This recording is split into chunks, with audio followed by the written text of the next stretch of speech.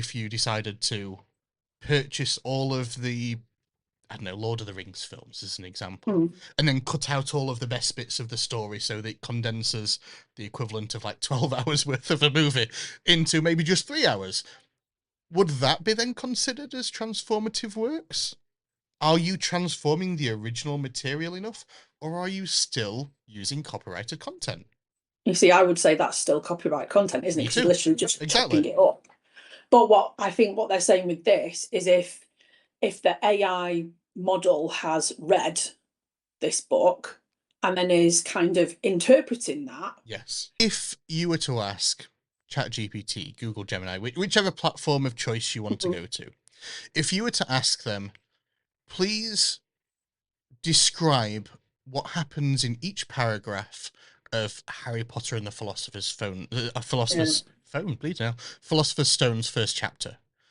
Like, if it was able to, paragraph by paragraph, give you an output of what exactly happens throughout that chapter, is that plagiarizing the source material, or is that transforming the original content? This is where it gets a bit messy, isn't it? It's a challenging one. It's a challenging one. And I think this is why these sorts of cases are really, really important, because they're kind of, somebody at some point, as I think we've said before on other episodes, somebody at some point has got to sit down and say, right, this is where we're drawing the line in the sand. Yeah. This is what we're saying is acceptable use or whatever. This is where, we are saying that if you lift word for word the first chapter of Philosopher's Stone, then that is bad. Yeah.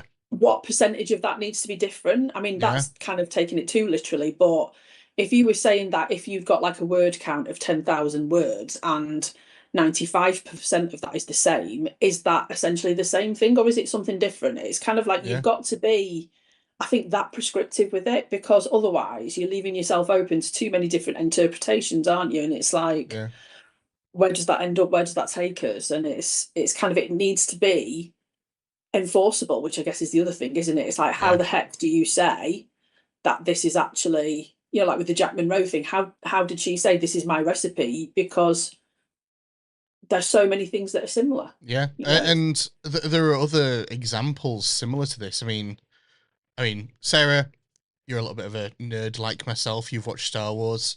I know that the original trilogy was turned into a series of books as if they were written from the point of view of Shakespeare. If you were to write, again, we'll use Harry Potter.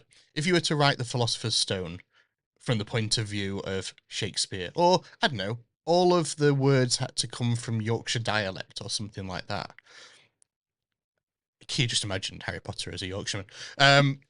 Would that be transformative enough of the original content to be able to be publicly used and published? Again, it's very challenging. Very